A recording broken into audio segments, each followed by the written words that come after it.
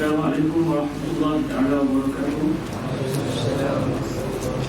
Alhamdulillahi rabbil alamin, wassalatu wassalamu ala al-habibil mustafa sayyidil awwalin wal akhirin wa ala alihi wa itratihi wa ashabihi ajma'in. Asyhadu an la ilaha illallah wahdahu la syarika lah, wa asyhadu anna sayyidana wa habibana Muhammadan abduhu wa rasuluhu wa safiyyuhu min khalqihi wa habibuhu. أدى الأمانة وبلغ الرسالة ونصح الأمة وكشف الله به الأمة. اللهم صل وسلم وزد وبارك على حبنا وقرة أعيننا سيدنا النبي صلى الله عليه وآله وسلم، واحشرنا تحت لوائه وجعلنا من أئمته وجعلنا من أحبائه وجعلنا من عبادك الذين يدخلون الجنة بسببك اللهم آمين. Alhamdulillah, kita bersyukur kepada Allah kita dapat bertemu pada majlis kedua yang masih lagi di dalam mukadimah kepada pengenalan kitab Bahrul Madi karangan Al-Imam Syekh Muhammad Idris bin Abdul Rauf Al-Marbawi. Dan semalam kita telah bicara berkenaan dengan siapa beliau, sedikit sejarah hidup beliau, dan juga berkenaan dengan kisah beliau menuntut ilmu. Semoga akan memberikan kepada kita kesan yang baik agar kita dapat menjadikan beliau sebagai salah satu contoh idola kepada kita semua. Allahumma amin. Hari ini saya akan masuk lagi dalam tajuk berkenaan dengan beliau, iaitu kita akan meneliti apakah di antara karya hasil penulisan beliau dan juga hasil ilmu yang terhasil daripada diri beliau yang mulia ini. Jadi para hadirin rahmati Allah, bila orang sebut Syekh Idris Marbawi di Malaysia, awal tahu kamus. Lebih sikit daripada orang biasa, orang mengaji agama, kita kenal kitab Bahrul Madi. Dua tu je lah. Lebih sikit yang datang kelas Ustaz Azrul, tambah satu lagi, terjemahan kepada Bulughul Maram. Baik, agak-agak ada lagi tak? Takat-takat kasar-kasar ni, itu je lah yang kita tahu. Orang Malaysia, Bulughul Maram, Bahrul Madi langsung tak tahu. Kamus tahu, main berkat tu. Tambah sikit ngaji, orang ngaji sikit Bahrul Madi. Tambah sikit dengan yang kita belajar di Mesir, kita tahu beliau ada menterjemah kitab Bulughul Maram. Jadi para hadirin rahmati Allah Subhanahu wa taala, Syekh Idris Al-Marbawi semasa berada di Mesir, beliau merupakan salah seorang pekerja kepada syarikat Al-Mustafa Al-Babil Halabi. Salah seorang pekerja. Jadi beliau tinggal di Mesir atas tiket beliau adalah salah seorang ummal kepada syarikat ini. Jadi kalau kita lihat dari segi penulisan beliau, banyak yang dicetak di Mustafa Al-Babil Halabi. Hatta kitab Bahrul Madi ini pun hanya satu sebenarnya cetakan, iaitu cetakan Mustafa Al-Babil Halabi. Adapun maktabah-maktabah lain yang jual, sebenarnya kesemuanya adalah photostat kepada Mustafa Al-Babil Halabi. Baik, kita cuba lihat apa kitab-kitab beliau yang kalau di Mustafa Al-Babil Halabi hari ini pun dah tak ada banyak lah. Yang ada kitab ni, Qamus.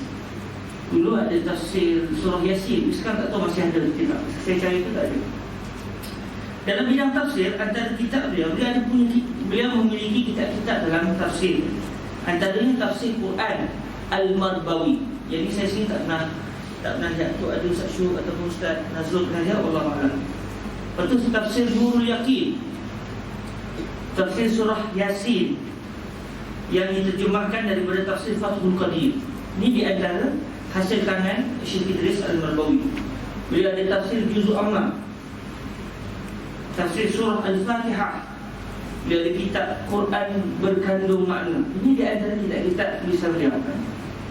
Ada yang kita pernah lihat, ada yang kita tak pernah lihat. Dalam bidang hadis yang terkenal kitab Bahrul Madi.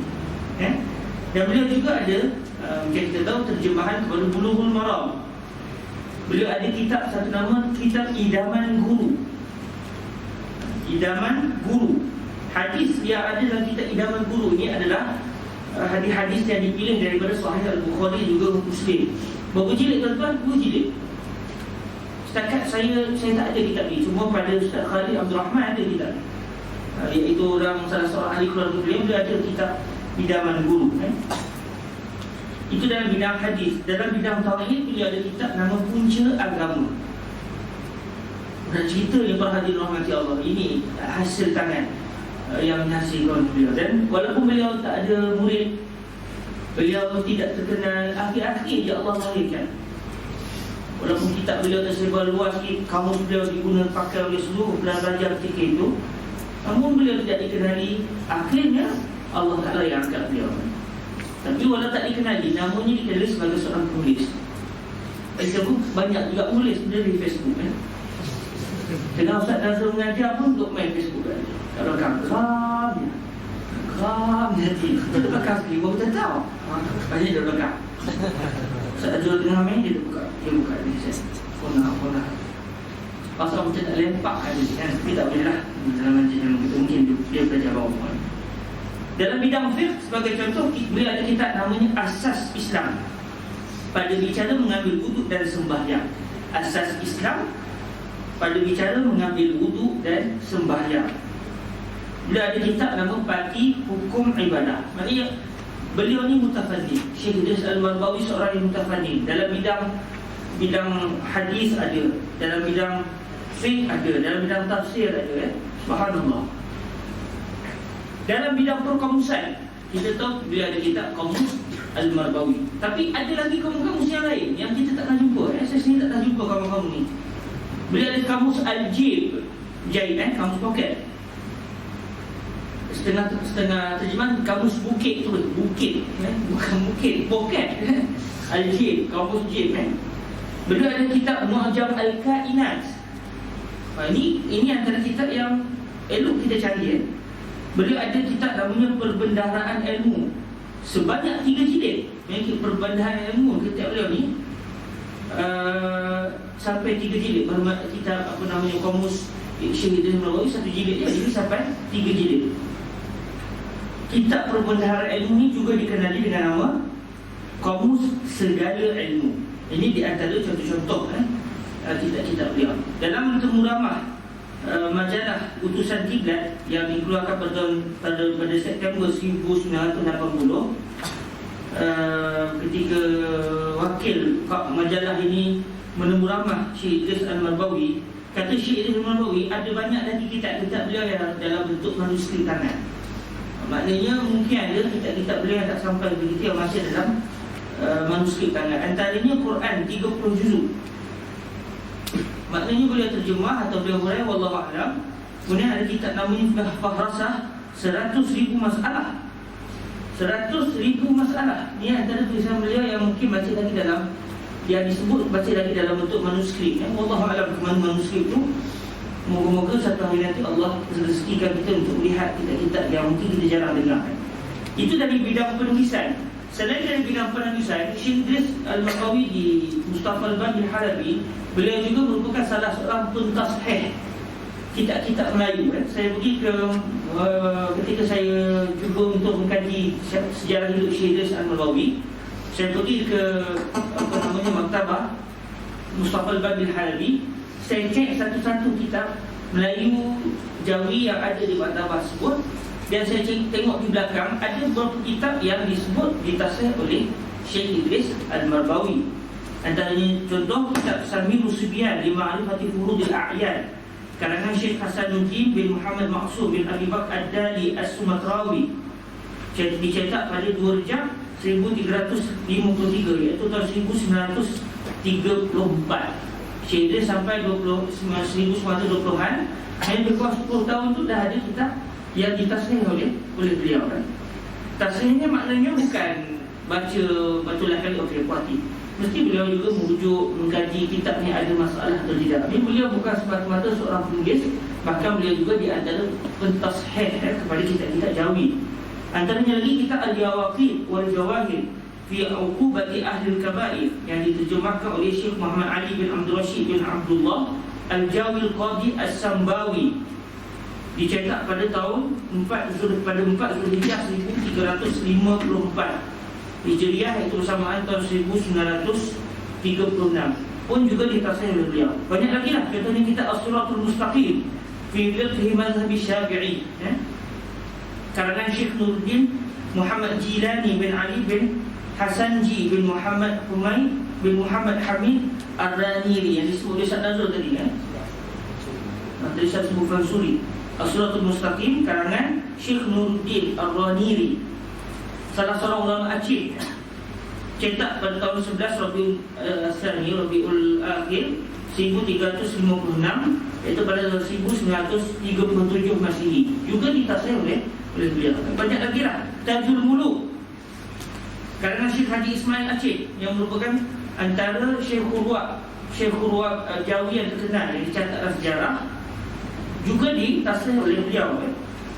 Kitab ini dicetak pada 19 Sya'ban 1357. Maknanya Syekh Idris Al-Marbawi ini antara orang yang mentasih kitab. Saya buat kajian dalam kajian kasar saya, ada 8 kitab yang saya jumpai yang ditasih oleh Syekh Idris Al-Marbawi. Yang telah saya sebutkan antaranya lagi Sirajul Qari pada bicara hukum tajwid Kalamullah Al-Bari, antaranya kitab Tuhfatul Raghibin fi bayan haqiqati imanil mukminin, dan beberapa kitab yang lain. Baik, para hadirin rahmati Allah, setelah beliau ni namanya dikenali walaupun batang tubuh tak dikenali, kitabnya meluas tapi hidupnya biasa-biasa, hatta tak dikenali sampai dicari. Akhirnya setelah dijumpai, dikenali, dan satu ketika dahulu saya tanya kepada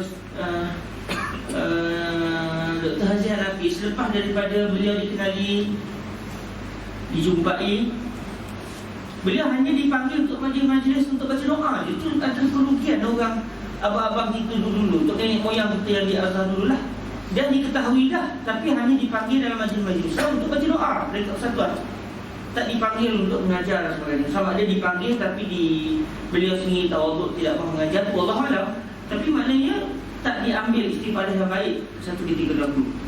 Namun akhirnya Allah Ta'ala takdirkan beliau dikenali di Malaysia, dan akhirnya kerajaan Malaysia mengangkat beliau, sehingga dia menerima tokoh anugerah Ma'al Hijrah yang pertama. Beliau adalah penerima tokoh Ma'al Hijrah yang pertama. Antara sebelum daripada mendapat tokoh Ma'al Hijrah tu, beliau telah menerima ijazah kehormat Doktor Kesulatan Universiti Kebangsaan Malaysia. Sebab tu kalau setengah orang sebut Doktor Syekh Idris Al-Marbawi. Doktor tu bukan beliau ada PhD apa tak, tapi beliau mendapat Profesor kehormat, Doktor kehormat. Beliau dapat pada tahun 1980, pada 5 bulan 7 1980, beliau menerima ijazah kehormat Doktor Kesulatan Universiti Kebangsaan Malaysia. Masa itu beliau sudah berusia 86 tahun. Dan ketika itu beliau telah menghasilkan 21 buah karya Islam. 21 buah. Agak kita bila dengar kisah ni, kita tergerak hati untuk juga memberikan sumbangan. Bukan sekadar belajar, tapi cuba untuk menghasilkan. Padahal dekat awal-awal ni tu je lah apa yang sahabat-sahabat belajar di Facebook dan sebagainya, curang rajin. Kemudian beliau juga telah menerima tokoh Ma'al Hijrah, iaitu pada 28/8/1987. Selepas 7 tahun dapat ijazah Doktor Kehormat, kerajaan Malaysia telah menganugerahkan tokoh Ma'al Hijrah yang pertama kepada beliau. Beliau menerima hadiah wang ringgit sebanyak RM40,000 Malaysia. RM40,000 Malaysia. Buat apa tuan-tuan? Bagi kepada anak beliau untuk buat polish. Bukan RM40,000 tu, hadiah bagi reset lah, kan? Subhanallah. Kita akan tengok sejarah beliau. Saya telah nyatakan semalam kasar-kasarnya. Dan beliau ni orang yang begitu zuhud, antara yang saya sebut dalam sedikit kajian ni.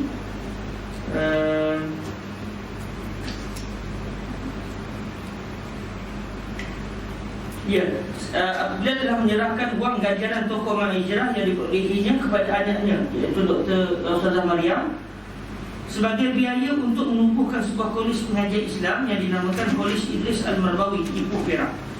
RM40,000 habis. Maknanya kalau kita RM40,000 sangkat, beli burger bakko kan. Bukan satu lah, mungkin 3.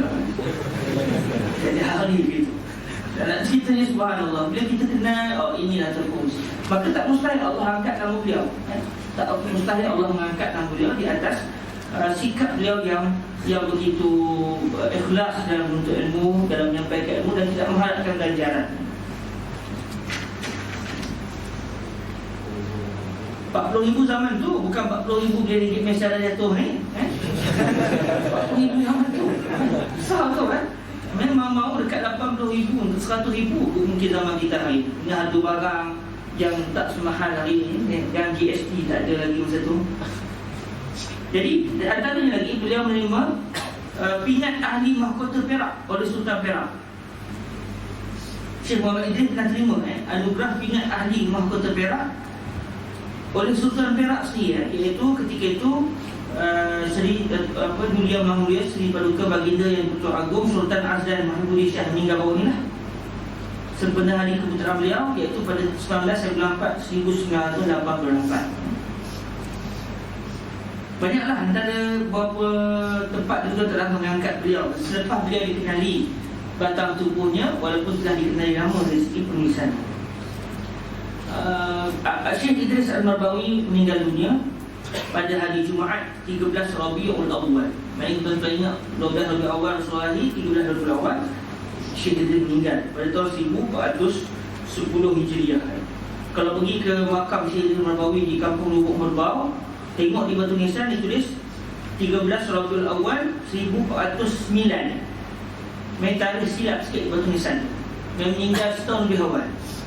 Syekh Idris meninggal pada 13/10/1989. Jadi kalau kita convert dengan tarikh Hijri, iaitu pada tahun 1410 Hijriah Beliau meninggal pada 13 Rabiul Awal 1410 Hijriah bersamaan 13 bulan 10 1989. Saya umur 8 tahun satu. Pada jam 8.40 pagi di Hospital Besar Ipoh dan dikebumikan di tanah kuburan Kampung Susu Lubuk Merbau. Kampung Lubuk Merbau bersebelahan dengan pusara isteri pertama beliau, rahimahullahu subhanahu wa ta'ala. Itulah beberapa kisah berkenaan dengan siapakah dia Syekh Idris Al-Marbawi. Dan Alhamdulillah saya telah berulang kali bila balik kampung ziarah ibu mertua, pas main Jumaat jalan kaki pergi ke makam dekat dia. Kubur Syekh Idris ni kuburan awam, duduk tepi jalan. Ustaz Nazrul juga pernah ke sana saya kira selalu bersinggah. Dan saya bila pergi situ antara benda yang terdetik hati saya bilalah nak tunaikan tahqiq kitab Bahrul Mazi. Dan saya bacalah mukadimah Bahrul Mazi di makam beliau, mengambil keberkatan penulis yang agung ini untuk sama-sama diambil manfaat ilmunya. Moga-moga Allah rezekikan satu hari nanti akan lahir di kalangan anak-anak Melayu yang akan berusaha keras di dalam berkhidmat kepada turas Syekh Idris Al-Marbawi. Baik, kita masuk kepada kitab Bahrul Mazi secara khusus. Dan saya nak cerita sikit tentang keistimewaan kitab Bahrul Mazi. Bila saya dan seorang kawan kami cuba tahqiq dengan maksud kita cuba buat komentar ulas kitab Bahrul Mazi, kami dapat beberapa keistimewaan kitab. Antaranya, buku ini kaya dengan kalimah-kalimah Melayu yang jarang digunakan pada hari ini. Khususnya kalimah-kalimah orang Lubuk Merbau. Dan kalau kita buka kamus Dewan, mana ada kalimah tu? Contoh macam ganggang. Apa ni duduk terganggang itu? Ganggang. Kita ingat pun salah cetak pun, ada kangkang pun. Cek dalam kamus Dewan, ganggang adalah kangkang. Kalimah-kalimah yang contoh Syekh Idris kata, nanti kita akan jumpa beristinja menggunakan tangan kanan itu adalah perbuatan yang canggih. Betul. Bahasa canggihnya adalah bermaksud jijik dan geli. Jadi kitab ni kaya dengan bahasa-bahasa Melayu lama. Jadi sebab tu kalau kitab ini tidak sempat diambil kalimah-kalimah yang jarang itu dan tidak pula direkodkan dalam kamus Dewan sebagai contoh, habislah. Sebab tu antara usaha kita baca secara sardan ini, kita dapat kumpul balik dan kita cuba untuk ambil peluang bertanya dengan generasi tua di Lubuk Merbau dan di Kuala Kangsar untuk mengenal pasti. Sebab kalau generasi tua ni yang umur 70-an, 80-an yang meninggal, generasi mak mentua saya dah banyak juga tak dengar kalimah-kalimah tu. Jadi kitab ni kaya dengan bahasa-bahasa Melayu yang diiktiraf oleh kamus Dewan. Ada jugalah kalimah-kalimah dialek yang tak dimasukkan dalam kamus Dewan. Yang kedua, itu cadangan Ustaz Nazrul kan. Ustaz Nazrul cadang, kita kalau ada rezeki nak buat kamus Bahrul Mazi untuk jadi sebagai satu peluang orang baca kitab Bahrul Mazi, dia boleh bawa kamus Bahrul Mazi je. Penulis tidak menggunakan bahasa Melayu yang rumit, sebaliknya menggunakan bahasa yang mudah dan ejaan Jawi yang tidak terlalu sukar untuk dibaca. Ini ada terlihat. Kalau baca kitab yang lama lagi pening kita. Saya baca kitab Melayu lama, kita bukan keluaran pondok Malaysia, memang tak faham bahasanya, bahasa yang dah terlalu lama kan. Tapi kitab Bahrul Mazi ni tidak terlalu lama sangat dan tidaklah menggunakan ibarah yang susah. Ejaan pun tidaklah bumi bawah bumi kan. Bom masing-masing lagi boleh dipahami dengan mudah kan. Cuma kalau generasi baru mungkin tak faham kan, tapi kita yang ada asal-asalnya mungkin faham lah kan. Antara kelebihan lagi, buku ini akan berperanan, buku Bahrul Mazi akan berperanan dalam mempertahankan tulisan Jawi. Sebab tu Syekh Idris tak izinkan kitab dia ditulis dalam tulisan Umi, supaya akan menjadi satu manuskrip untuk orang tahu tulisan Jawi, tahu kalimah ni eja macam mana, ejaan laut nama macam mana kan? Walaupun tulisan Jawi ni berubah-ubah kan? Jadi baru macam saya, zaman saya Jawi lama, lepas tu saya tak erti tulis Jawi baru kan? Jadi kitab ini berperanan dalam mengekalkan tulisan Jawi. Jadi bila kita boleh baca kitab ni, dia akan mengembangkan semula tulisan Jawi. Buku ini, yang keempat, buku ini dapat membantu orang Melayu yang tak tahu bahasa Arab untuk memahami bahasa Arab. Lepas tu kalau kita lihat kitab Bahrul Mazi ni, dalam setiap hadis tu, hadis-hadis yang dijadikan sebagai tajuk kitab ni, beliau akan datangkan teks, di bawah tu akan terjemah tu. Dia bukan datangkan seluruh hadis, lepas tu baru datangkan terjemah. Setiap di bawah kalimah Arab tu akan ditulis apa dia punya kalimah dia. Dia macam Quran yang perkata. Ini maknanya kalau kita fahami, seakan-akan Syekh Idris nak bagi tahu kepada masyarakat itu, kalimah ni dalam bahasa Arab makna Melayu dia apa. Beliau nak ada usaha untuk menjadikan orang Melayu boleh berbahasa Arab. Kau-kau kalimah-kalimah tu tahu. Kitab ini kitab yang terpanjang sekali di alam Melayu yang kita ketahui. Ini antara kelebihan kitab ini. Kemudian para hadirin dirahmati Allah, kitab ini juga sebenarnya adalah untuk membuka masyarakat Melayu supaya mendalami juga mazhab yang pelbagai secara kasar-kasar begitu. Lepas tu dia datangkan juga pendapat-pendapat yang lain dalam sebahagian masalah, supaya masyarakat Malaysia ni tahu tentang keluasan ini. Tapi macam Ustaz Azul sebut tadi lah, atau semalam sebagai contoh, walaupun mazhab ni pelbagai, bukan kita untuk masyarakat orang awam kita sebut habis semua benda. Kitab ini dibaca di Malaysia. Maksudnya yang mendalami itu orang yang belajar, bukan dalam ceramah umum cerita habis mazhab yang berbagai jadi pening masyarakat. Kemudian kitab ini boleh dianggap sebagai kitab pertengahan, tidak ringkas sangat, tidak berat sangat. Jadi step by step dia jadi kitab pertengahan, baik untuk menjadi tatapan.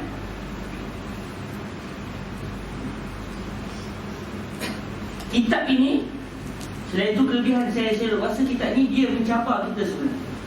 Masa akan-akan saya nak beritahu, aku dah siapkan 22 jilid, yang korang siap berapa jilid? Maknanya kitab sepanjang ini dalam keadaan rumit, maklumat satu kita dahulu tak susah macam hari ini, kita boleh search internet dengan mudah. Bila wujud kitab ini, bagi orang yang ada perasaan lah, dia akan rasa tercabar. Kalau Syekh Idris boleh mengaku, kita Az-Zahirah tidak boleh. Jadi semoga kitab Bahrul Mazi ini akan menjadi satu pencabar kepada kita untuk menyiapkan kitab-kitab yang lain. Mana Mukhtasar Sahih Bukhari kita? Mana Mukhtasar Sunan Abi Daud karangan kita yang jilidnya 40 jilid contoh? Mana? Maknanya dia mencabar talibul ilmi untuk menjejak langkah ulama keseluruhan, ulama yang telah nampak. Orang dulu dah buat itu, apa yang kita buat? Selain daripada kita berkhidmat pada kitab yang telah terhasil, kita juga mesti untuk menghasilkan karya supaya masyarakat akan datang mengambil manfaat daripada tulisan kita, dan moga-moga ia akan menjadi sebab untuk kita disayangi dan dikasihi oleh Allah Subhanahu wa ta'ala. Itu di antara kelebihan kitab ini. Dan kalau kita lihat para hadirin rahmati Allah, saya nak masuk manhaj Syekh Idris Al-Mardawi dalam penulisan kitab ini, supaya kita tahu bagaimana teknik Syekh Idris menulis kan. Ada di sana lebih kurang 8-9 manhaj. Yang pertama, pengarang menjadikan kalam Imam Tirmizi sebagai asas utama kepada penulisan kitab Bahrul Mazi. Beliau akan mendatangkan kalam Imam Tirmizi dalam menguraikan darjat suatu hadis. Ini manhaj beliau. Yang kedua, pengarang tidak mendatangkan seluruh rantaian sanad, Lepas tu kita tak akan jumpa haddatsana qala terus terus kepada rawi a'la. Beliau nak meringkaskan sanad. Yang ketiga, pengarang menjadikan bahasa Melayu dan beberapa dialek Lubuk Merbau, Kuala Kangsar, Perak sebagai bahasa kitab baru Melayu. Ada juga bahasa Kuala Kangsar yang diterima oleh Kamus Dewan, ada yang memang bahasa orang Lubuk Merbau sendiri, orang Kuala Kangsar. Yang keempat, pengarang banyak menambahkan pandangan para ulama daripada kitab-kitab muktabar. Kitab Al-Um contohnya, kitab Syarah Sahih Muslim, Syarah Sahih Muslim Imam bin Nawawi contohnya, kitab Irsyadus Sari ini antara manhaj beliau bukan main hurai begitu saja, tapi beliau merujuk kitab-kitab. Dan kesukaran kami suatu mentahqiq adalah untuk mengenal pasti di mana kenyataan itulah kitab fulan bin fulan. Contoh kata Syekh Al-Maghri berkata Syafi'i dalam Al-Um, di mana tu? Sebab Syekh datangkan terjemahan terus. Jadi agak sukar untuk kita jumpa, melainkan kita kena agak-agak. Bahasa Melayu ni kalau terjemah ke Arab apa kalimahnya? Betul macam ni? Itu antara kesukaran yang kami hadapi dan bagi siapa yang ingin mentahqiq kitab ini. Yang kelima, pengarang ketika mana mendatangkan ucapan para ulama tertentu, kebiasaannya akan menerjemahkan kalam-kalam tersebut berserta huraian. Syekh Idris, beliau bukan terjemah saja kalam Imam Nawawi contoh, kalam Imam Syafi'i, tapi datang sekali dengan huraian. Hurai campur dengan terjemahan, tetapi dalam satu siap, satu ucapan. Jadi bagi yang tidak mentahqiq atau tak tunjuk balik kita arah asal, dia tak tahu mana satu kalam asal Imam Nawawi contoh, mana satu huraian Imam Syekh Idris Al-Marbawi. Dan sebab tu kadang-kadang ketika hurai kita seaneh sikit, sebab macam bukan mazhab Imam Syafi'i, rupanya kerana itu huraian daripada penterjemah, iaitu Syekh Idris Al-Marbawi. Sebab tu saya dan kawan-kawan kami buat sikit ni lah. Bagi yang dihuraikan oleh Syekh Al-Marbawi, kita gelapkan, kita jadikan tulisan tu bold, gelapkan.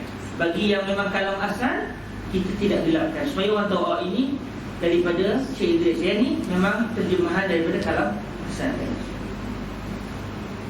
Baik, seterusnya, pengarang dalam beberapa keadaan tidak menterjemahkan kalam seseorang ulama mengikut urutan asal. Bila pilih-pilih kadang-kadang berdasarkan berdasarkan keperluan.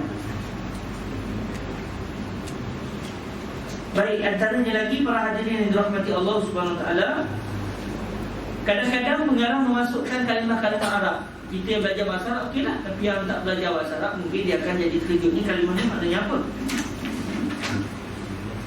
Dan yang terakhir, pengarang kadang-kadang mengeja satu kalimah yang berakhir dengan huruf alif dan hamzah, seperti ulama diterjemah dengan tiada huruf hamzah di akhir, ulama.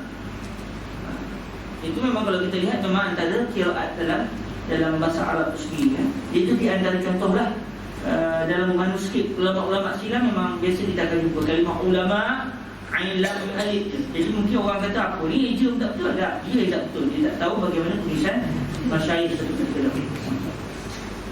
Baik, itulah beberapa keadaan yang ditulis. Jadi ada manhaj tahqiq, tapi kita bukan nak tahqiq dan kitab ni. Siapa nak tengok apa yang kami pernah tahqiq satu ketika dahulu, boleh rujuk di page Ruak Jawi dan boleh download secara cuma. Saya lama dah simpan benda tu. Sebab kalau nak cetak jual, orang kata ni mana juzuk yang kedua. Jadi dia akan jadi satu masalah sebab kita tak jumpa di mana juzuk kita yang seterusnya.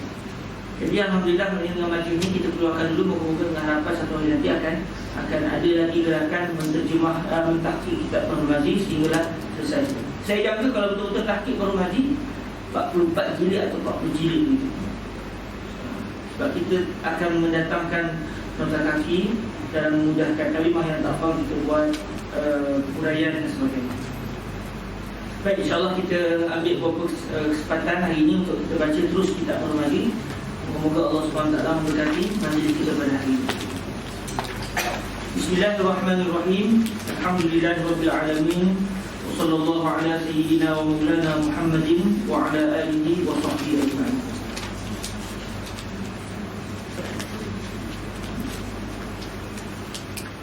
Qala al-faqih Khairul Nizam wa kadzalika Syekhul Ruwaq Nazrul Muhammad Nazrul bin Abdul Nasir namni kitab Bahrul Mazi ijazatan عن الشيخ الأستاذ خالد بن عبد الرحمن المربوي وقد أجازني تدريس هذا الكتاب وهو Ajazahul muallif Al-Syeikh Muhammad Idris Ibnu Abdul Rauf Al-Marbawi rahimahullahu ta'ala tadris hadzal kitab, wa nawalahu Syekh Muhammad Idris nuskhatahu al-mubarakah. Qala Syekh Muhammad Idris bin Abdul Rauf Al-Marbawi rahimahullahu subhanahu wa ta'ala wa nafa'ana Allah bi ulumihi wa ulumi masyayikhi wa talamizatihi wa qurra'i muallafatihi wa syurahiha, Allahumma amin. Qala rahimahullahu subhanahu wa ta'ala, nadarallahu imra'an sami'a maqalati fawa'aha fa'addaha kama sami'aha, hadithun syarif. Bismillahirrahmanirrahim. Alhamdulillahilladzi manna 'alaina bi fadlihi al-'amim, idh manna 'alaina bi Muhammadin afdalil khalqi fahdana ila dinil haqqi wa siratil mustaqim. Wa asyhadu an la ilaha illallah wahdahu la syarika lahul karimul halim. وأشهد أن سيدنا محمدا عبده ورسوله وحبيبه وخليله الذي خص بالخلق العظيم صلى الله عليه وعلى آله وأصحابه الذين فازوا منه بالحظ العظيم. Adapun kemudian daripada itu, maka lebih dahulu daripada aku masuk di dalam mengarang kitab ini, dengan tawaduk aku kepada Allah Subhanahu wa ta'ala, kiranya dipohonkan kepadanya tiada salah menerangkan sedikit perkataan ini kepada segala saudaraku. Adalah kemudian daripada sudah aku mengaji kitab yang bernama Sahih At-Tirmizi, iaitu kitab Jami' Tirmizi atau Sunan Tirmizi. Dan dalam ilmu hadis memang ada perbincangan apa pendapat para ulama yang menamakan kitab ini dengan nama kitab Sahih. Sebab bukannya kitab Sahih, bukannya semuanya hadis Sahih. Itu bukanlah kitab hadis, kitab ulumul hadis. Adalah kemudian daripada sudah aku mengaji kitab yang bernama Sahih At-Tirmizi, sudahlah jatuh di dalam hatiku berahi dan suka kepadanya, oleh iaitu kerana aturannya dan kenyataannya pada segala hukum syariat. Bani kita, dalam kitab kita bani, baik silap cetak sini, Nabi kita Muhammad sallallahu alaihi wasallam, dengan kerana beribu-ribu bab dan ahadis, serta diikutnya tiap-tiap hadisnya keterangan imam-imam mazhab, lebih dari mazhab 4 yang ma'ruf. Jangan bicara lagi pada sanad hadis itu, bukan main lagi diperhalusnya, dan lain daripadanya beberapa ilmu. Kepada aku, tiap-tiap kali aku mengaji dan menghadap guruku Hadratu sahibil fadilah Maulana Murabbi Arwahin Al-Ustazul Akbar Al-Syeikh Muhammad Ibrahim As-Samaluti min hayati kibari ulama al-Azhar Syarif, guru hadis yang masyhur, mengajar berpuluh-puluh tahun di Jami' Sayyidina Al-Husain, cucu Rasulullah, di kota Kahlah Mesir dekat Azhar Syarif. Sudahlah aku berasa minum madu. Seronok mengaji tu berasa macam minum madu, bahaya tau, bahan tak bahaya. Dengan kerana itulah bersungguh aku tiap-tiap pagi pergi menerima padanya dengan ketiadaan lugu. Lugu ini kalimah, tak masuk kalimah tak faham. Lugu iaitu bosan. Dulu masuk mula-mula tu kami pening ni, lugu ni apa? Kok masuk ke, kami ingat kernih. Main masuk ke ngaji tak perlu kernih, sebab kita tak laku kan ada kernih-kernih. Tapi masuk ke kernih kena ada kernih. Rupanya salah, lugu. Orang bilang itu lugu, iaitu bosan. Tak ada rasa bosan dalam menuntut ilmu. Dengan kerana itulah bersungguh aku tiap-tiap pagi Syekh, bukan seminggu sekali, pergi menerima padanya dengan ketiadaan lugu, iaitu kemudian daripada khatam mengaji Sahih Muslim kepadanya, dengan beberapa banyak ulama yang mendapat syahadah tinggi dan rendah, dan beberapa ratus murid Azhar. Maksudnya datang pergi kelas Syekh Muhammad Ibrahim As-Samaluti ini bukan orang-orang biasa, ulama besar pun tu. Ulama besar, ulama pertengahan, budak-budak mengaji Azhar, semua pakat mengaji dengan beliau. Antaranya Syekh Idris ni pergi mengaji. Kemudian manakala aku pulang ke rumah, tiadalah lagi berpaling, melainkan aku jalankan batang kalam aku di pipi sahifah-sahifah, sebagaimana yang aku ingat dan aku faham daripadanya, berikut dengan sedikit-sedikit perkataan Imam Syafi'i di dalam Al-Um, dan perkataan Nawawi di dalam Syarah Muslim, dan perkataan Al-Qasqalani dan Ibnul Arabi dan lainnya. Ialah semata-mata ikhlas hatiku bagi wajah Allah. Yang menulis ni kena kena kerana Allah, menulis, mengajar semua kerana Allah. Kalau tidak, tak akan diberkati Allah. Ialah semata-mata ikhlas hatiku bagi wajah Allah. Maksudnya keredaan Allah. Ulama sunnah tidak mengatakan Tuhan itu bermuka. Itu kita bincang ilmu tauhid.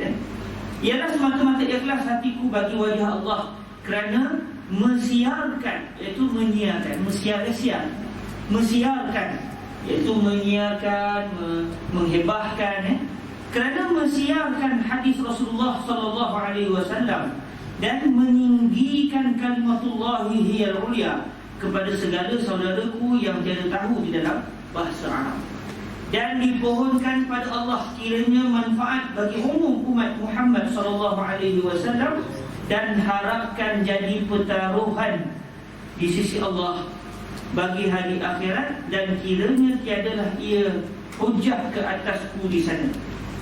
Maknanya apa yang beliau buat ni, beliau harap tidak menjadi hujah yang akan menyebabkan beliau diazab oleh Allah. Sebab ini hujah yang akan membantu beliau untuk ke syurga Allah SWT. Allah maja'na minal jannah. Maka dengan kenyataan yang di atas tadi dan lagi akan datang, aku namailah kitab aku ini dengan nama Bahrul Madi li syarhi mukhtasar sahih Tirmizi, fa as'alullah al-karima ay yu'inani ala takmili hadzal kitab wa ay yuwaffiqani ila tariqis shawab wa huwa hasbi wa ni'mal wakil wa la haula wa la quwwata illa billahil aliyyil azim. Muhammad Idris Al-Marbawi. Tujuan dan kaedah kitab ini: ketahuilah kiranya ya saudaraku, tiadalah aku terjemahkan kitab Sahih At-Tirmizi itu pada sanadnya, bahkan aku telah tinggalkan titihannya. Titih ni kalau dalam bahasa Melayu kita, titih ni nasab keturunan. Saya tanya pada Ustaz Khalid Abdul Rahman, apa maksud titihan di sini? Kata beliau itu sanad bagi setiap hadis. Memang beliau tidak mendatangkan sanad bagi setiap hadis kan. Titihan di sini, titihan itu selalu galu nasab bagi hadis. Bahkan telah aku tinggalkan titihannya dan bahasnya sama sekali kerana menuntut ringkas pada matan. Dan aku terjemah kepala-kepala babnya sebagaimana letaknya. Adapun jalannya dan aturannya daripada bab-babnya tidak kuubah. Hanya terkadang ku turun dan terkadang dengan beberapa keterangan dan masalah aku tambah. Maka sebelum menyebutkan hadis, aku terangkan sedikit maudhu' bicaranya menurut sebagaimana kepala bab. Kemudian aku turut dengan hadis yang akan jadi hujjah dan dalil bagi mazhab Syafi'i dan lainnya dengan menerangkan kehendak hadis dan kehendak Abu Isa muallif Sahih At-Tirmizi. Dan aku jadikan masail belaka bagi menyenangkan penuntutnya. Istimewa pula sekalian masalah itu ada berlainan, maka ditaruh angka. Jadi kita akan jumpa dalam setiap masalah tu ada angka. Rujuk masalah ini, rujuk masalah ini, untuk mudahkan kita lah. Dan aku jadikan masail belaka bagi menyenangkan penuntutnya. Istimewa pula sekalian masalah itu ada berlainan, maka ditaruh angka. Kerana terkadang satu masalah itu bertali mali, iaitu berkaitan dengan beberapa masalah yang lepas dan yang dihadapan lagi. Maka jika sekiranya bertali mali dengan yang lepas, maka aku jagakan dalamnya dengan kata, lihat masalah nombor sekian telah lepas. Dan jika bertali mali dengan masalah yang dihadapan lagi, itu pun dijagakan juga dengan kata, lihat masalah nombor sekalian di hadapan. Beliau menulis dengan membantu kita. Okay, masalah ni dah dibincangkan sebenarnya. Rujuk masalah ni pada masalah nombor sekian-sekian. Ataupun benda itu akan dibincangkan. Tunggu masalah ni akan dibincangkan pada masalah yang akan datang nombor sekian-sekian. Ini manhaj beliau dalam memudahkan kita. Selalulah Abu Isa At-Tirmizi berkata begini: bermula hadis ini hasan sahih, terkadang ditambahnya gharib dan terkadang dikurangkannya. Maka jaga-jaga di dalam kitab ini tiada diberi makna kalamnya ini lagi, melainkan hendaklah ambil ingat dari awalnya akan makna 2-3 kalimah itu. Syekh dia kata, nanti saya tak bincanglah setiap kali masalah cerita hadis hasan yang apa-apa, kita akan bincang di mukadimah terus. Dan beliau pun mulalah dengan masalah yang pertama, iaitu masalah membicarakan apa makna hadis hasan. Baik, insyaAllah kita akan sambung pada hari Sabtu nanti biiznillah subhanahu wa ta'ala. Baik para hadirin, keberkatan kita pada hari ini dapat baca kitab ni sebagai mukadimah. Jadi apa salahnya kita hadiahkan Al-Fatihah kepada pengarang dan juga para syuyukh beliau dan juga para ulama kita, sehinggalah kepada para ulama pada generasi yang telah lepas sampai kepada baginda Rasulullah SAW. Baiklah, sama kita hadiahkan kepada mereka Al-Fatihah, walaupun pada hakikatnya kita yang berhajat kepada mereka, bukan mereka yang berhajat kepada kita. Namun moga-moga hadiah daripada kita ini menyebabkan mereka ingat kepada kita dan akan menjadi sebab kepada redha Allah kepada kita semua. Al-Fatihah. Bismillahirrahmanirrahim.